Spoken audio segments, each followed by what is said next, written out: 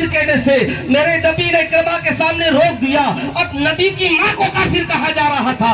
نبی کو کتنا دکھ ہوا ہوگا, نبی کو کتنی تکلیف ہوئی ہوگی. نبی کی ماں پر جب بلڈوزر چلایا گیا ہوگا تب میرے محبوب کا دل کتنا چھلی چھلی ہو گیا ہوگا. اور نبی کی ماں کو کافرہ کہہ کے جہنم کیا, آپ اندازہ کرو جس ماں کی آگوش میں نبی آیا ہو کیا وہ ماں جہنمی ہو سکتی ہے؟ آؤ میں حدیث کی روشنی میں آپ کو ایک بات بتاتا چلو. اللہ کے نبی حضرت یونس نبی علیہ السلام کو مچھلی نے نگل لیا تھا. اللہ کے نبی حضرت یونس علیہ السلام 40 دن تک مچھلی کے پیٹ میں رہے تھے.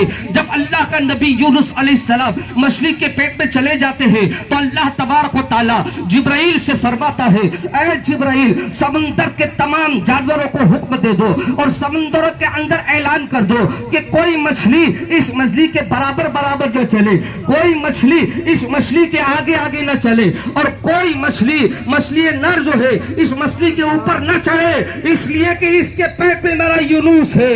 اس کے برابر کوئی نہ چلے اس لیے کہ اس کے پیٹ میں میرا یونس ہے. اب اندازہ کرو جس مچھلی کے پیٹ میں اللہ کا نبی 40 دن گیا ہے اس مچھلی کا ادب کرنے کا رب فرما رہا ہے. سمندر کے اندر اعلانات ہو رہے ہیں اور آقا کریم صلی اللہ تعالی علیہ وسلم نے یہاں تک فرما دیا ہے میرے مصطفیٰ نے کہ جنت میں اور کوئی مچھلی نہیں جائے گی, صرف وہ مچھلی جائے گی جس کے پیٹ میں یونس علیہ السلام رہے تھے. جنت میں وہ مچھلی جائے گی جس کے پیٹ میں اللہ کے نبی یونس علیہ السلام 40 دن تک رہے ہیں. اب اندازہ کرو مچھلی نبی کی ماں نہیں ہو سکتی ہے, لیکن 40 دن اگر مچھلی اپنے پیٹ میں اللہ کے نبی کو رکھ لے وہ مچھلی جنتی ہو سکتی ہے.